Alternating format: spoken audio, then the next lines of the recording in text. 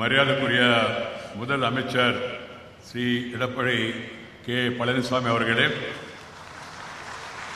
மரியாதைக்குரிய துணை முதல் அமைச்சர் திரு ஓ.பி. பன்னீர்செல்வம் அவர்களே, மரியாதைக்குரிய மத்திய அமைச்சர் ஸ்ரீ பொன்னு ராதாகிருஷ்ணன் அவர்களே, அமைச்சர் எம்.சி. சம்பத் அவர்களே, மீனவளத்துறை அமைச்சர் ஸ்ரீ ஜெயக்குமார் அவர்களே, தமிழ்நாட்டின் தலைமைச் செயலாளர் கிரிஜா வைத்தியநாதன் அவர்களே, தமிழ்நாட்டின் கூட்டுத்துறை தலைமைச் செயலாளர் ஸ்ரீ கே ஞானதேசிகன் அவர்களே, செயின்ட் கோவிந்த் இந்தியா ஜனாதிபதி மற்றும் நிர்வாக இயக்குனர் டி சந்தானம் அவர்களே, ஃபோர்ட் மோட்டார் நிர்வாக இயக்குனர் மிஸ்டர் மைக்கேல் வெர்மேயர் அவர்களே, டெல்டா எலக்ட்ரானிக்ஸ் ஜனாதிபதி ஸ்ரீ ஹசேன் சேன் என், டெல்டா எலக்ட்ரானிக்ஸ் தாய்லாந்து அவர்களே, ஹுண்டாய் மோட்டார் இந்தியா நிர்வாக இயக்குனர் ஸ்ரீ சியான் சிவகிம் அவர்களே, இன்றைய நிகழ்ச்சிக்கு வந்திருக்கும் அனைத்து தமிழ உலகுக்கும் வணக்கம். நான் எப்பவுமே சொல்லுவேன், தமிழும் தமிழ்நாடும் என் மனதிற்கு நெருக்கமானவை. இன்று நடக்கும் இந்த முதலீட்டாளர் மாநாடு நிறைவு பெறும் விழாவில் கலந்து கொள் நான் பெருமகிழ்ச்சி அடைகிறேன். I really feel very happy whenever I come to Tamil Nadu. As a minister earlier, even as Vice President of the Constitutional Authority now, because I am very much impressed by the work culture of Tamil Nadu and Tamil Nadu people.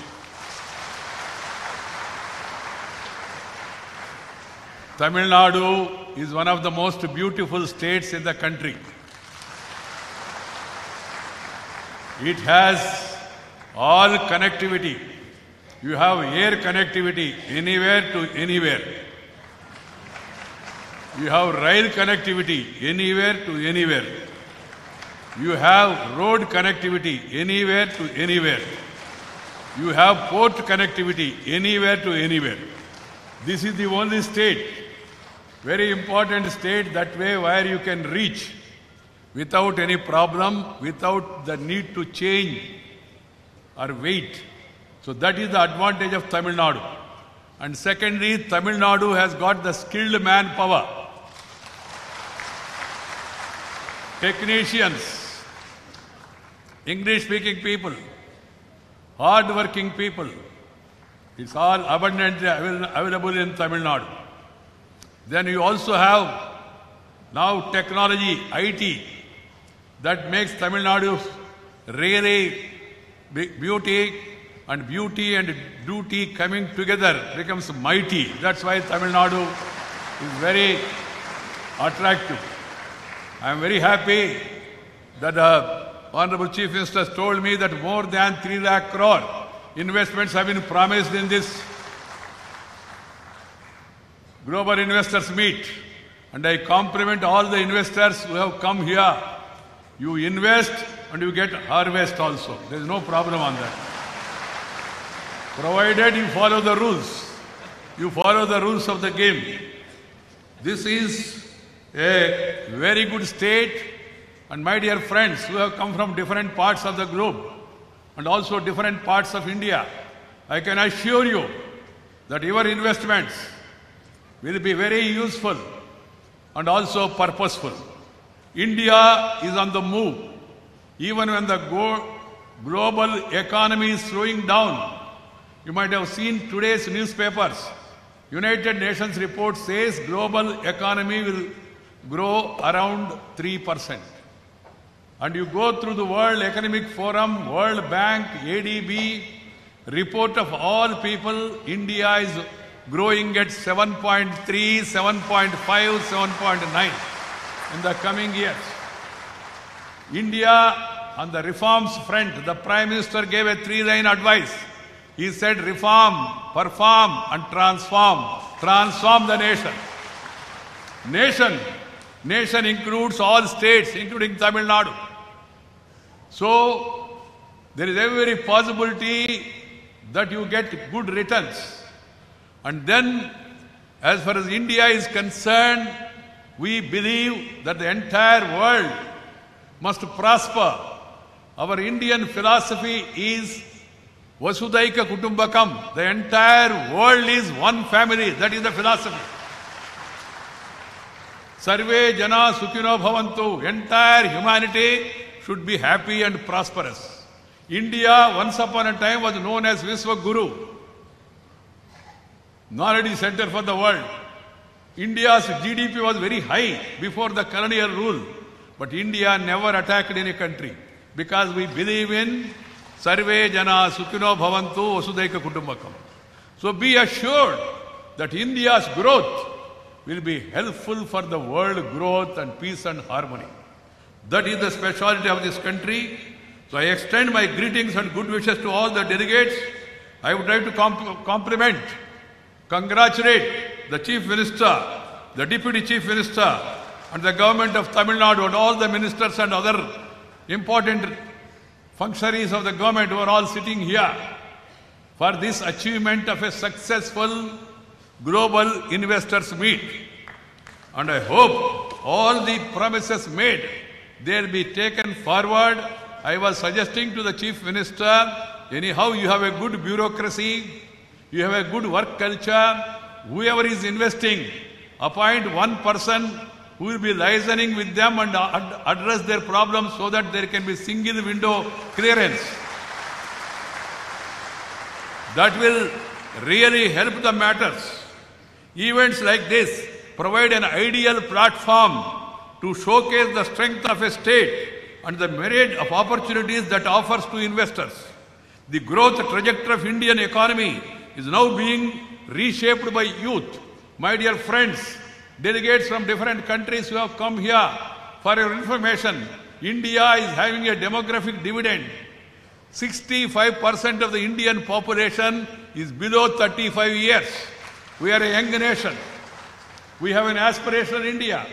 We have so many schemes that are being taken up for the skill upgradation of the country. We have skills, but still central government, state government is trying to upgrade the skills of the people so that they can really cooperate and operate in having better products in this country. My dear friends and brothers and sisters, we have a dynamic visionary leadership at the national and state levels that is engaged in reforming governance, reaching higher performance benchmarks and transforming the lives of the people. There is a good cooperation between center and state governments, and the philosophy is to work together as a team India, irrespective of political parties. Differences of politics should be confined to elections. Other time, center, state and local bodies must cooperate together and operate together and perform together, because country means all states. State means all districts. I am happy when I heard the Chief Minister saying that so-and-so company is going to invest in Nagapattanam. You need to reach every Pattanam in Tamil Nadu so that the Tamil Nadu develops. What is required for the world, what is required for the India, what is required for the state is that development must reach everywhere. Entire thing concentrating only in Chennai or Madurai or Coimbatore or in Gujarat or in Maharashtra, Mumbai or Hyderabad or Bangalore or Vijayawada is not good. Things should be spread so that people will get developmental fruits in their own respective places. That is how the world should move. That is how India is moving. I am happy that the Tamil Nadu also is moving in the same direction. Tamil Nadu, as it was told, is already a leader in automobile, telecom, power, and also the skill capacities are more. Taking advantage of the same, the state can move forward and also become one of the most prosperous states and then become a happy state. Prosperous state and happy state, there are small difference. Prosperity alone will not bring happiness to the people. He should also get benefit. Then only people will be happy. So making everybody happy, that should be the motto. The late Chief Minister, Purachi Taraivi Amma Jayalalitha ji, she used to focus on the happiness of the people. Making people happy, making common man happy, making men and women all happy. That should be the endeavor. The Prime Minister also is moving in that direction because we want to become a strong, stable and prosperous nation which will be a happy nation. And we want to see a happy world also where there is no tension, only attention is there of everybody. That is the roadmap for all of us. So friends, here today India has always been quite receptive to new ideas. Any new idea you give, center is ready, state is ready to take the new ideas, technologies and growth opportunities. We believe that we will belong to one big family and we must grow together by capitalizing on the competitive strength of each country. With greater infusion of capital and knowledge, the aspiration India has hitched its wagon to accelerated, inclusive, environmentally sustainable development. I am hopeful that the confluence of investors and entrepreneurs like the Global Investors Meet 2019 will help open up new opportunities for investment and growth. Dear sisters and brothers, it is indeed heartening to note that India has been writing a captivating growth story. India of today is a land of infinite possibilities and tremendous opportunities. As you are all aware, the liberalization of the Indian economy began in the early 90s under the regime of the then Prime Minister, late P.V. Narasimha Rao, and then assisted by Dr. Manmohan Singh. They may belong to different parties, but reforms started at that time. The liberalization process further picked up momentum under the leadership of Sri Atal Bihari Vajpayee, late former Prime Minister. Sri Vajpayee ushered in a new connectivity revolution in different sectors from telecom to rural roads, air connectivity, rail connectivity, highway connectivity, rural connectivity, tele-connectivity, television connectivity, port connectivity, even he brought political connectivity also, Sri Atal Bihari Vajpayee. That is the contribution made by that great person. If you see the beautiful roads in this country, or the rural roads in villages, or the technical advancement that has come in the IT sector, or the telecom revolution, in India we have more than 110 crore telephones. 125 crore is the population and almost everybody is having a cell phone. That is the situation. And we have a number of channels, 1,000 plus channels. How many channels? Even to count also is difficult. Every day one channel is coming. That is the revolution that has come in. And the present Prime Minister, Sri Narendra Bhai Modi, through various measures and reforms, has ensured that the fundamentals of the Indian economy remains strong as it continues on the growth trajectory. The reforms taken by the government in the past few years have made India the top destination for investments in the world. Some time back, I was minister in the government, looking after urban development, smart cities, metro rail, and also housing. Ambassador after ambassador used to come and they used to show interest to invest in India because they are all impressed by the growth story and they are also impressed by the economic policies. They are also impressed by reforms. I have the first-hand knowledge of the foreign investment that's coming here. In the recent past as a Vice President, I've been going around the globe. Everywhere, people are very much impressed about the growth story of India. The entire world focuses on India today. And India Today newspaper recently has acknowledged Tamil Nadu as one of the best performing states. I was there in that function. So this is the spirit with which the states are working, different states. Though they are under, I will be telling you small interesting thing which must be known to many of you. It will be relevant here to recall that the former United States of America President Barack Obama has described Sri Narendra Bhai Modi as a reformer-in-chief in a profile he had written on the Prime Minister for the Times magazine. American President saying Indian Prime Minister as reformers-in-chief. That is the way things are happening in India. The entire world is looking towards India and there has been renewed focus on the country in the past few years.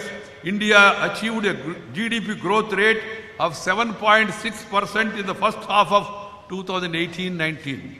The size of Indian economy is expected to touch US $10 trillion by 2030.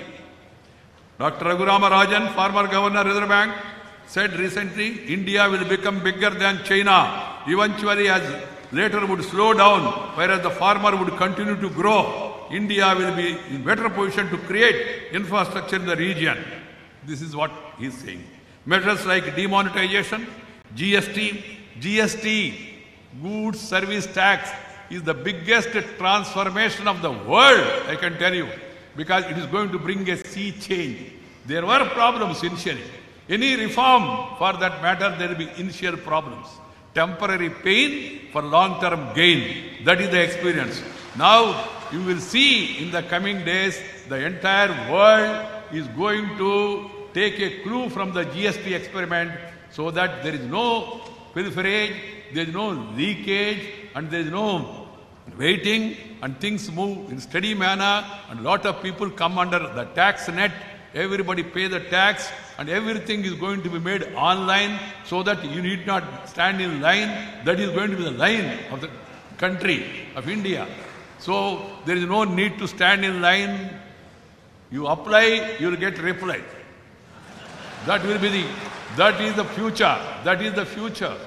There is no need to go and stand in a queue and then meet people, greet people, shake hand, do something in between the hand. There is no such need at all.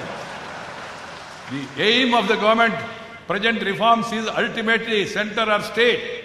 Everybody want to see everything goes online. Everything goes digital.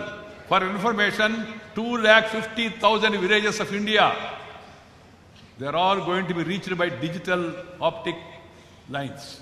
Already 130,000 villages have been covered. 250,000 villages getting optic fiber connection is going to bring a massive transformation. My dear friends, the thrust on road connectivity, the thrust on air connectivity, the increased connectivity, you are going to have 100 more air destinations in the coming days. 100 more. Already some of them have been started also. The infrastructure and housing for all is also another major program. Agriculture sector is facing some problems, I do admit, but the government of India, government of the state, and all political parties are focusing on agriculture and then because agriculture is the basic culture of India, and we are all focusing on that, and we want to make agriculture is a viable, sustainable profession. That is the purpose of the latest reforms on the agriculture sector. India is home to second largest startup ecosystem in the world. Startup, stand up, Make in India, Skill India, Digital India, Clean India, all these programs are all catching up.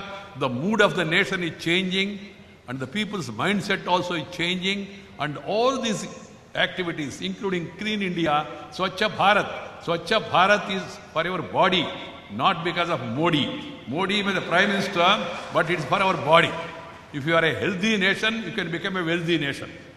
If you are a healthy nation, you can become a wealthy nation. That's why these schemes are all being taken up also.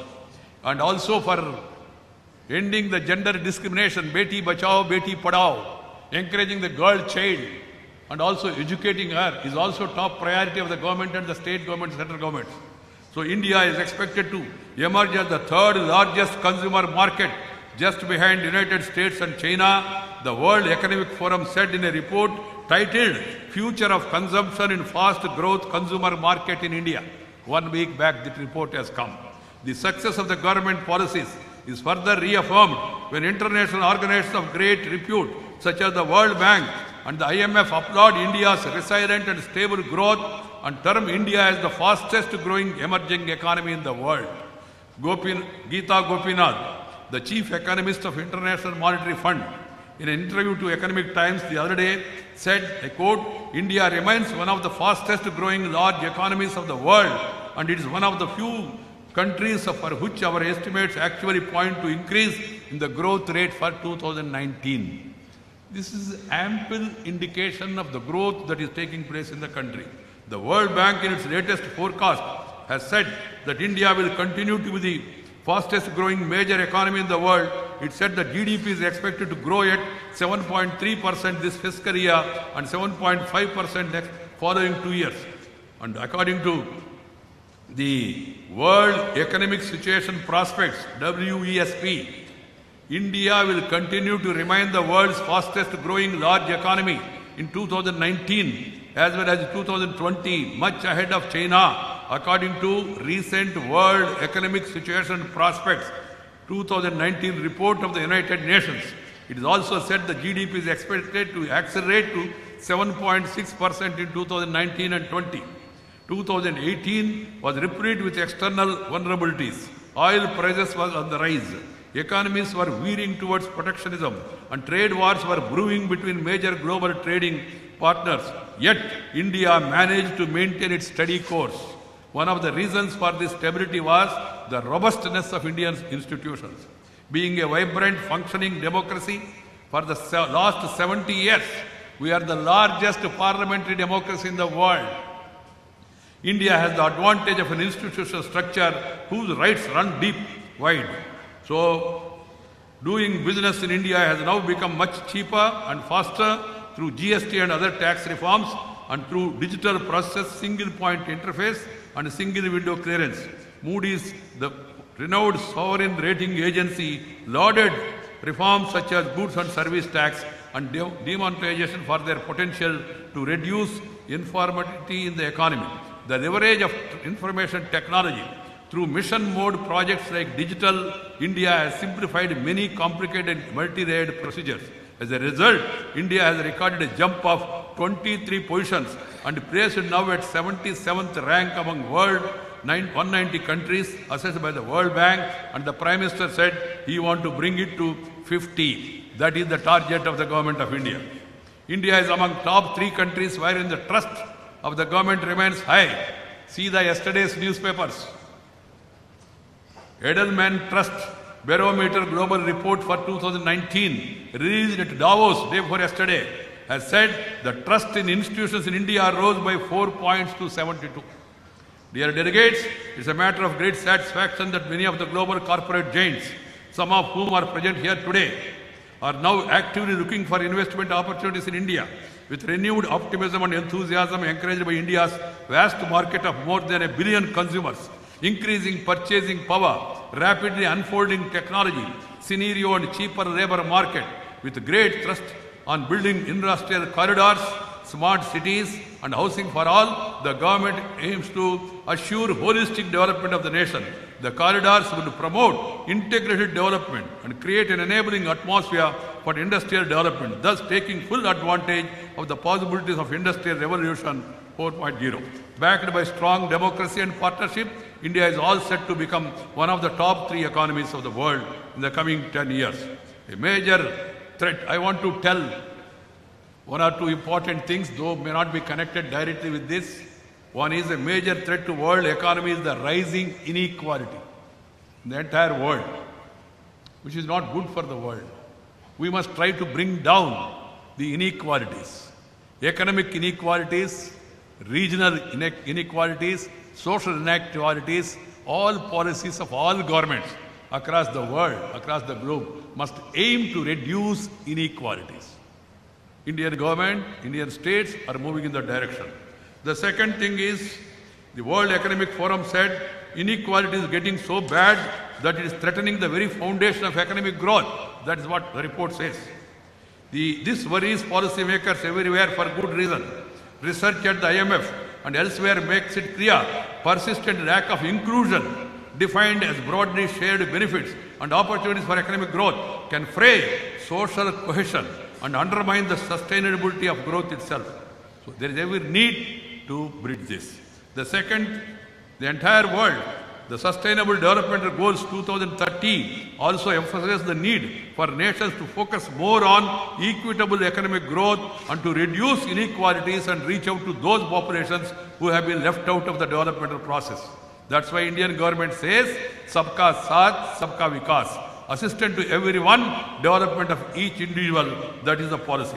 Adopting the policy of Antyodaya, uplifting the poorest of the poor, taking care of the last man not here in the auditorium, but in the society.